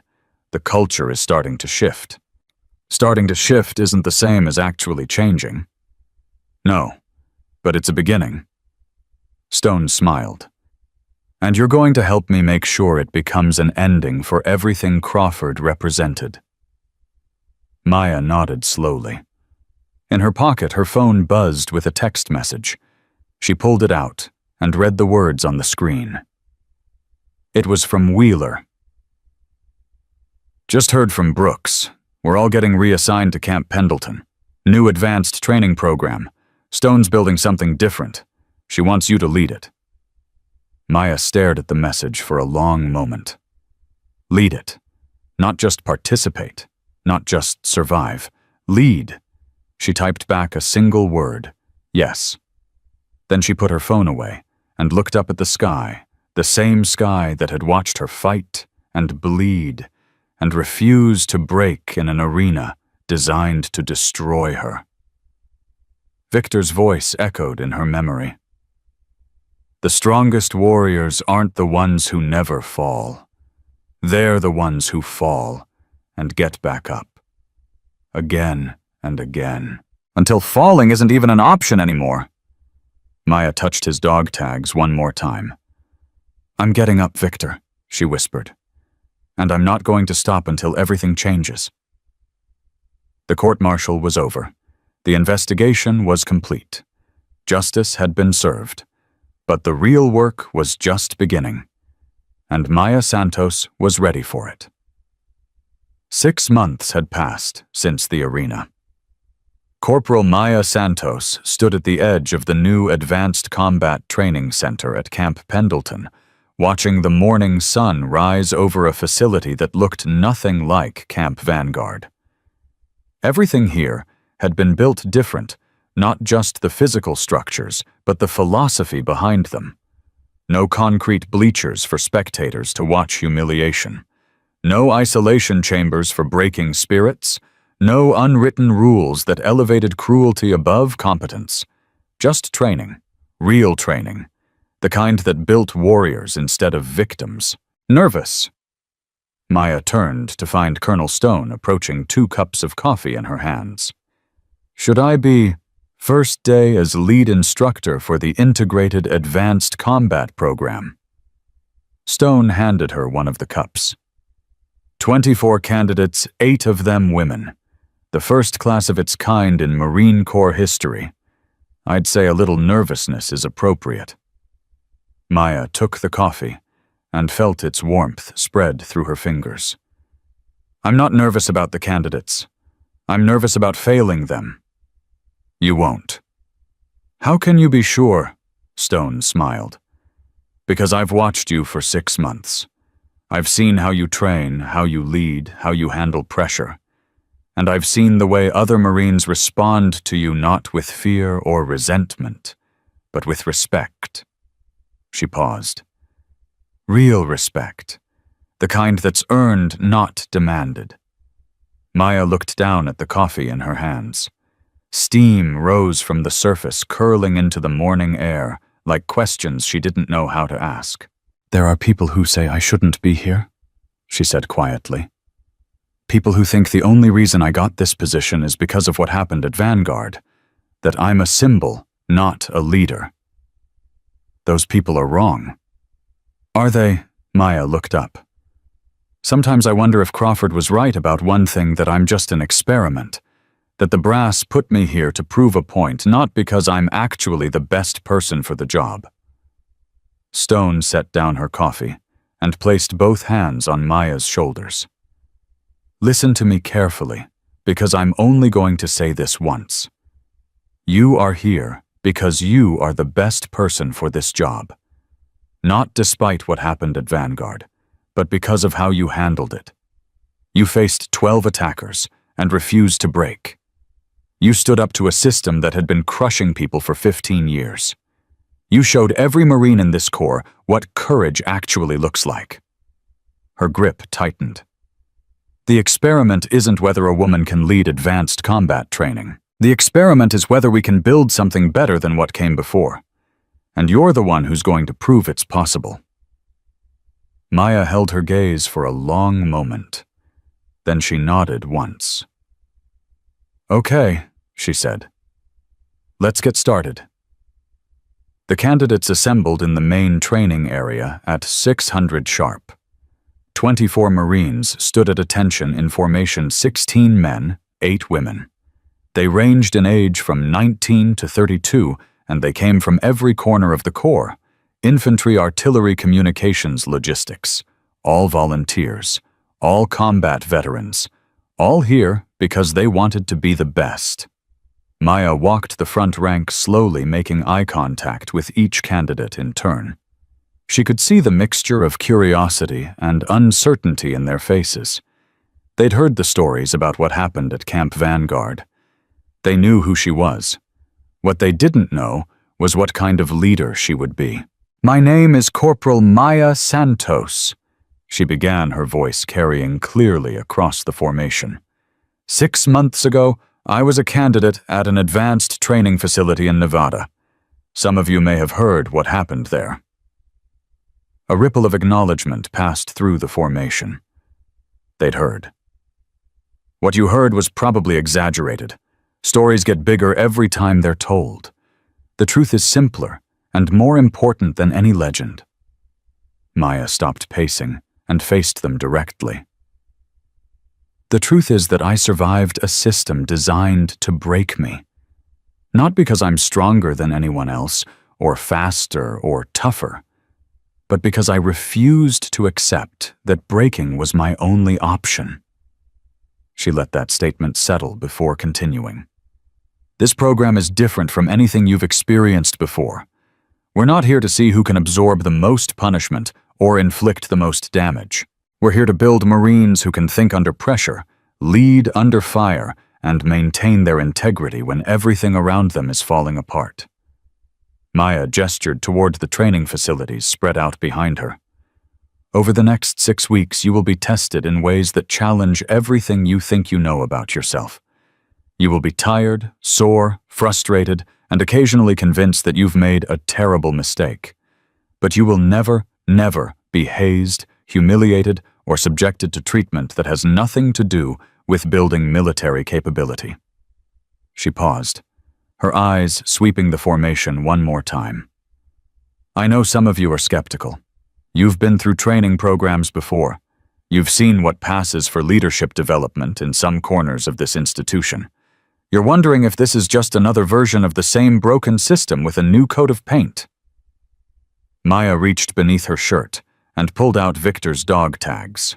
The metal caught the morning light, the scratches and damage still visible, despite her attempts to repair them. "These belong to the man who trained me. He spent 4 years teaching me that real strength isn't about what you can carry. It's about what you refuse to put down. He believed that every person has the capacity for greatness, but only if someone gives them the chance to discover it." She tucked the tags back beneath her uniform. "I'm giving you that chance. What you do with it is up to you." The first week was about assessment. Maya needed to understand each candidate, their strengths, their weaknesses, their fears, their potential. She ran them through physical conditioning, tactical scenarios, leadership exercises, and pressure tests designed to reveal character rather than break spirit. Private Jennifer Martinez emerged as an early standout. 22 years old, 2 combat deployments with the kind of quiet competence that marked natural leaders. She moved through every exercise with focused determination, never complaining, never making excuses. "Martinez," Maya called out after a particularly grueling obstacle course session. "Walk with me." They moved away from the group, Martinez matching Maya's pace without hesitation. "You're holding back," Maya said simply. Martinez's step faltered slightly. "Ma'am, during the leadership exercise this morning, you had the answer before anyone else but you waited for Sergeant Collins to speak first. During the obstacle course, you paced yourself to finish third instead of first. During hand-to-hand drills, you pulled your strikes when you had clear openings." Maya stopped walking and turned to face her. "Why?" Martinez was quiet for a moment. When she spoke, her voice was barely above a whisper. "Because the last time I stood out, I got hazed for 3 months straight. They said I was trying to make the men look bad. They said I needed to learn my place." She looked down at her boots. "I learned that the safest thing to do was stay in the middle of the pack. Never first, never last. Just invisible." Maya felt something tighten in her chest. This was exactly what Crawford's system had been designed to produce: talented women who learned to hide their capabilities rather than develop them. Who did that to you? Does it matter? It was 2 years ago, different base, different command. Nobody got in trouble. "It matters," Maya said firmly. "It matters because what happened to you wasn't training. It was abuse. And the fact that nobody got in trouble doesn't mean it was acceptable. It means the system failed you." Martinez looked up, her eyes bright with something that might have been hope, or might have been tears. "What am I supposed to do about it now? I can't change what happened." "No, but you can change what happens next." Maya placed a hand on her shoulder. "I didn't bring you here to be invisible, Martinez. I brought you here because I saw something in your file that reminded me of myself. Someone who had every reason to give up, but kept fighting anyway." She squeezed once, then let go. "Starting tomorrow, I want to see what you're really capable of. Not what you've learned to hide. Not what you've been taught to suppress. The real you. The one who finished first, and knew it, and was afraid to show it." Martinez swallowed hard. "What if they punish me for it?" "Then I'll deal with them." Maya's voice carried absolute certainty. "That's what leaders do. We don't just train people, we protect them while they're learning to protect themselves." Martinez nodded slowly. "Yes, ma'am." "Good.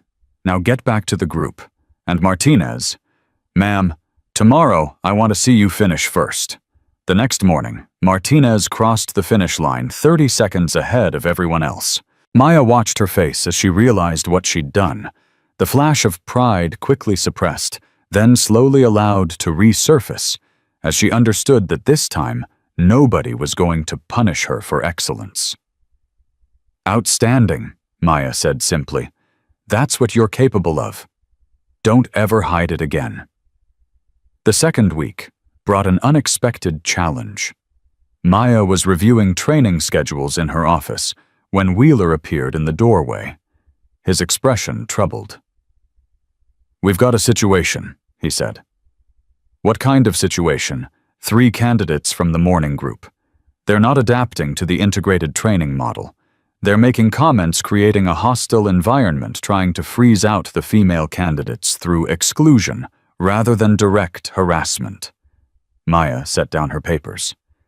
"Names: Sergeant Collins, Corporal Rivera, and Private First Class Donovan. All 3 have good service records, but they came from units where the old culture was still strong. They're not openly defying the program, they're just making it clear they don't think women belong here." "Show me." Maya followed Wheeler to the observation post overlooking the hand-to-hand training pit. Below, the candidates were working through sparring drills under the supervision of Sergeant Brooks, one of the Marines who had refused Crawford's order in the arena. She watched for 20 minutes, and what she saw confirmed Wheeler's report. Collins, Rivera, and Donovan weren't doing anything overtly wrong. They followed instructions, completed their drills, maintained appropriate behavior on the surface. but underneath the pattern was clear. They chose male partners exclusively. They positioned themselves away from the female candidates during breaks. They exchanged looks whenever a woman performed well, not hostile looks exactly, but dismissive ones. The kind that said, without words, "This doesn't count. This isn't real. When the pressure comes, they'll fail." "Bring them to my office," Maya said. "One at a time, Collins first." Sergeant Collins was 30 years old, with 10 years of service and the confident bearing of someone who had never questioned his own assumptions. "You wanted to see me, Corporal Santos?" "Sit down, Sergeant." Collins sat his posture, suggesting he didn't expect to be here long. "I've been watching your performance this week," Maya began. "Technically, you're meeting every standard. Your physical scores are excellent. Your tactical assessments are above average. Your leadership evaluations are acceptable." Collins nodded a hint of satisfaction in his expression. "Thank you, ma'am." "That wasn't a compliment." Maya leaned forward. "I said your performance was acceptable. Adequate. The minimum required to avoid negative attention. From a Marine with your record, I expected more." Collins's satisfaction flickered. "I'm not sure I understand." "Let me be clear then. You're not struggling with the training. You're struggling with the concept of integrated training. You don't think women belong in this program, and you're expressing that belief through passive exclusion rather than active opposition. Ma'am, I haven't said anything inappropriate to any. You haven't said anything at all. That's the problem." Maya cut him off. "You've spent 2 weeks making it clear through every non-verbal cue possible that you don't respect half of your fellow candidates. You've positioned yourself as the leader of a faction that believes this program is a mistake. And you've done it all while maintaining just enough plausible deniability to avoid official consequences." Collins's face had gone rigid. "With respect, ma'am, you're making assumptions about my intentions based on watching you for 2 weeks, based on recognizing exactly the same pattern I encountered at Camp Vanguard before things got violent." Maya stood up and walked around her desk to stand directly in front of him. "Let me tell you something about passive resistance, Sergeant. It's a gateway. It starts with exclusion and dismissal. It escalates to isolation and harassment. And eventually it becomes what happened to me, 12 Marines in an arena with orders to finish me off. I would never. Crawford didn't start by ordering assault either. He started by creating an environment where some people were made to feel like they didn't belong. He started by teaching his Marines that certain candidates weren't worthy of respect. He started exactly where you're starting right now." Collins was silent. "You have a choice," Maya continued. "You can continue down this path and wash out of this program, not for anything you've done, but for failing to demonstrate the leadership qualities we're looking for. Or you can decide right now that your assumptions about who belongs in combat roles are less important than your commitment to becoming a better Marine." She walked back to her chair and sat down. "Which is it going to be?" Collins stared at his hands for a long moment. When he looked up, something had shifted in his expression. "My father was a Marine," he said quietly. "So was his father. 3 generations of Collins men serving in the Corps. When I was a kid, my dad used to say that the Marine Corps was the last place where men could still be men, where weakness wasn't tolerated, and standards weren't compromised for political correctness. And now I'm sitting across from a woman who took down 12 Marines by herself and built a training program that's producing better results than anything I've seen in 10 years of service." Collins shook his head slowly. "I don't know how to reconcile that with everything I was taught to believe." "You don't have to reconcile it," Maya said. "You just have to accept that what you were taught might have been wrong. That's not a weakness, Sergeant. That's growth." Collins was quiet for another long moment. Then he nodded once. "Okay," he said. "I'm in. Really in. Not just going through the motions. Prove it. How? Maya smiled slightly. Tomorrow's leadership exercise. I'm pairing you with Martinez. She's the best candidate in this program, but she's been conditioned to hide her abilities. Your job is to help her lead. Help her lead, I outrank her. Exactly. And if you can put your ego aside long enough to support someone else's development, instead of protecting your own position, you'll learn something that no amount of combat training can teach you. Collins stood up slowly. And if I can't, then you don't belong here. Maya held his gaze. It's that simple. He nodded once more and left the office.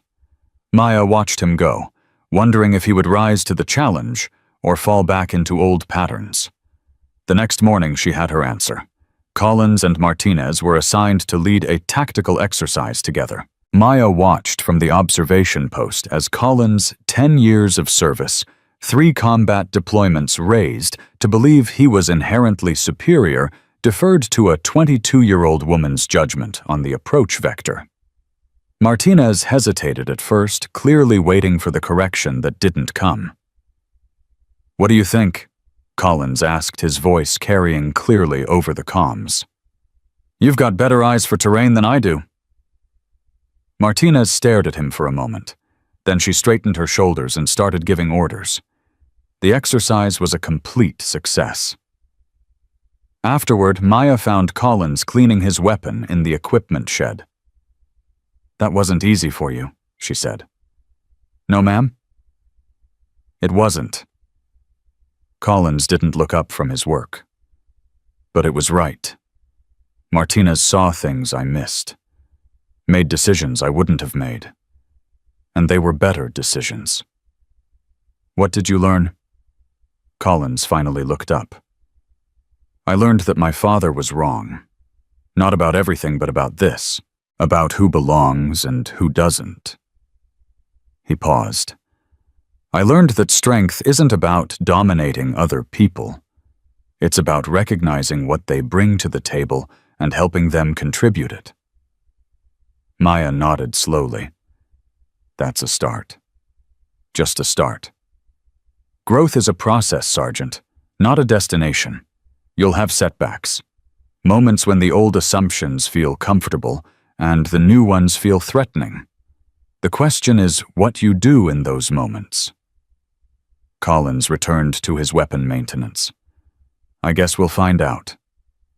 Yes, Maya said. We will. The 6 weeks passed faster than anyone expected. What emerged from Camp Pendleton was something new, a generation of Marines who understood that excellence had no gender, that leadership was about service rather than dominance, that the measure of a warrior wasn't how much punishment they could deliver, but how much responsibility they could shoulder. On the final day, the 24 candidates assembled in formation for the last time. Maya walked the ranks, slowly meeting each pair of eyes in turn. Martinez, who had learned to stop hiding her capabilities. Collins, who had learned to stop guarding his assumptions. Wheeler and Brooks, who had helped build something worth being proud of. 6 weeks ago, Maya began. I told you that this program would challenge everything you thought you knew about yourselves. I told you that you would be tired, so frustrated, and occasionally convinced that you'd made a terrible mistake.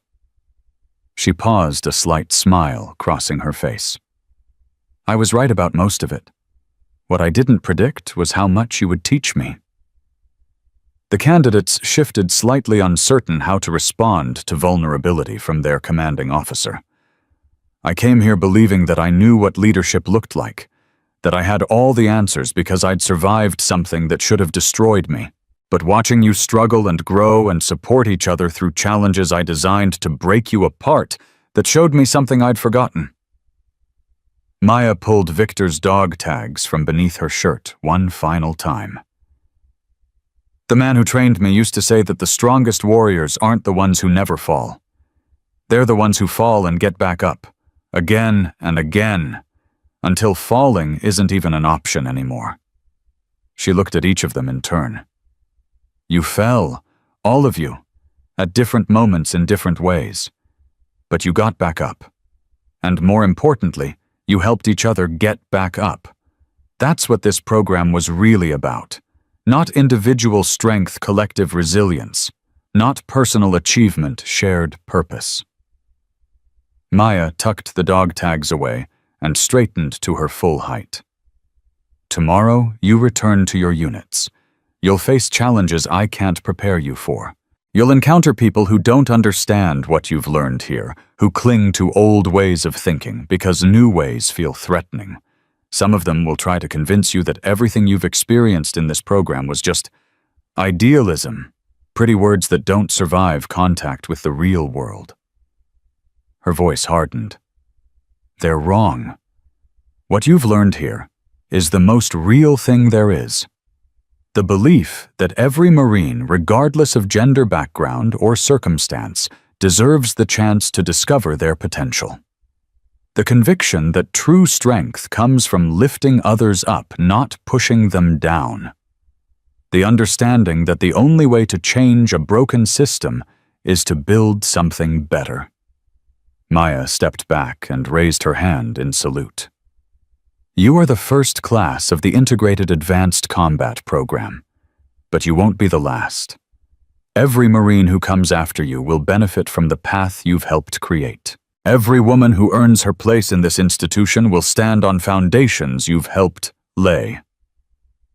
The candidates returned her salute with the synchronized precision of people who had become something more than individuals. Go forward, Maya said. Lead well. And remember, the arena is everywhere.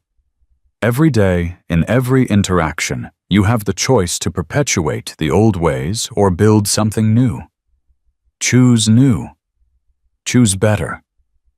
Choose to be the kind of Marines that Victor believed we could all become. She dropped her salute. Dismissed.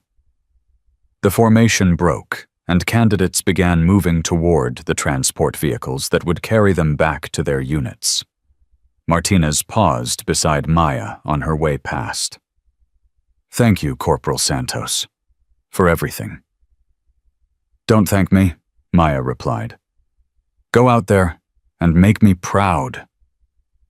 I will, Martinez smiled. And someday when I'm running my own training program, I'm going to tell them about you. About what you survived and what you built. About the woman who took down 12 Marines with broken ribs and then taught others how to be warriors. She walked away before Maya could respond. Wheeler approached next, Brooks beside him. Hell of a thing you did here, Wheeler said. Hell of a thing. We did it together. No, Wheeler shook his head. We helped, but you led. There's a difference. He extended his hand. It's been an honor, Corporal. Maya shook it firmly. The honor was mine.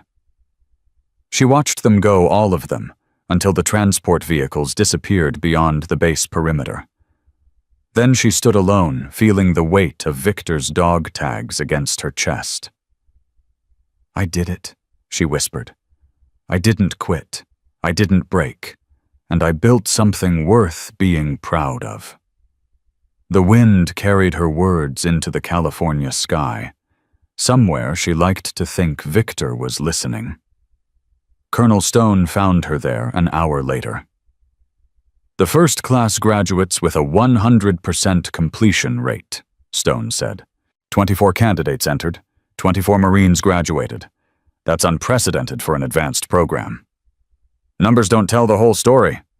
No, but the stories will. Stone stood beside her, looking out at the same horizon.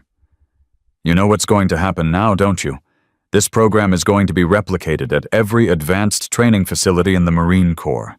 The model you built here will become the standard. That's what we wanted. It's what we needed.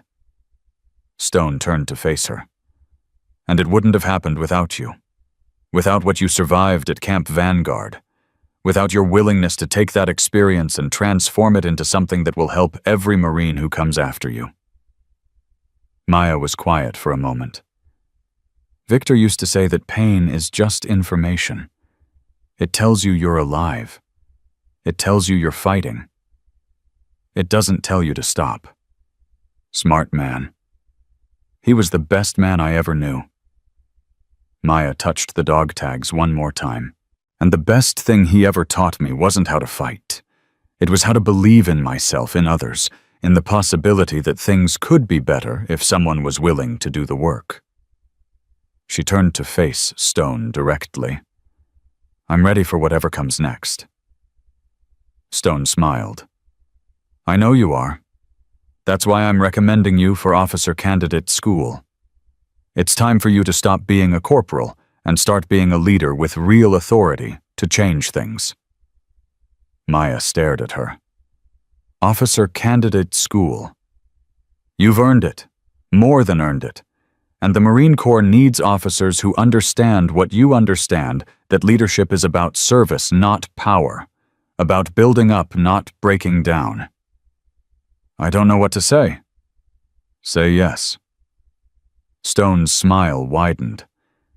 And then get ready for the hardest work of your life, because changing an institution from the inside is a lot harder than surviving one fight in an arena. Maya thought about everything she'd been through. The foster homes. The community center, where Victor had found her. Syria. Camp Vanguard. The arena. The investigation. The trial. 6 months of building something new. Every moment had led to this. Yes, she said. I'm in. Stone nodded with satisfaction. Good, because the fight you won at Camp Vanguard was just the first round. The real battle, the one for the soul of this institution that's going to take decades. And I need warriors who aren't afraid of the long fight. I've never been afraid of anything that mattered. I know. Stone placed a hand on her shoulder. That's exactly why you're going to win. She walked away, leaving Maya alone with the setting sun and the weight of everything that had happened and everything that was still to come. Maya pulled out Victor's dog tags and held them up to the fading light. The scratches from Camp Vanguard were still visible scars that would never completely heal. But scars weren't weaknesses. They were proof of survival, evidence that you had faced something terrible and come out the other side. I'm going to keep fighting Victor, she said softly. For every kid who got told they weren't good enough. For every woman who got hazed out of the career she deserved. For every Marine who needs to see that where you come from doesn't determine where you can go. She tucked the dog tags beneath her uniform close to her heart, where they had always been. And I'm never going to stop. Not ever. Not for anyone. The sun dipped below the horizon. The first stars began appearing in the darkening sky. And somewhere in the vast machinery of the United States Marine Corps, the changes that had begun in a Nevada arena continued to spread one leader at a time, one program at a time, one act of courage at a time. Because sometimes when you refuse to break, you become the thing that breaks the system instead. And Maya Santos had refused to break. That was her gift to everyone who would come after her. That was her legacy. That was her answer to every Crawford who had ever believed that some people didn't belong. She belonged. She had always belonged. And now, finally, the institution was beginning to understand that. The arena had been designed to destroy her. Instead, it had created something far more powerful than Crawford could have imagined. It had created a leader, and that leader was just getting started.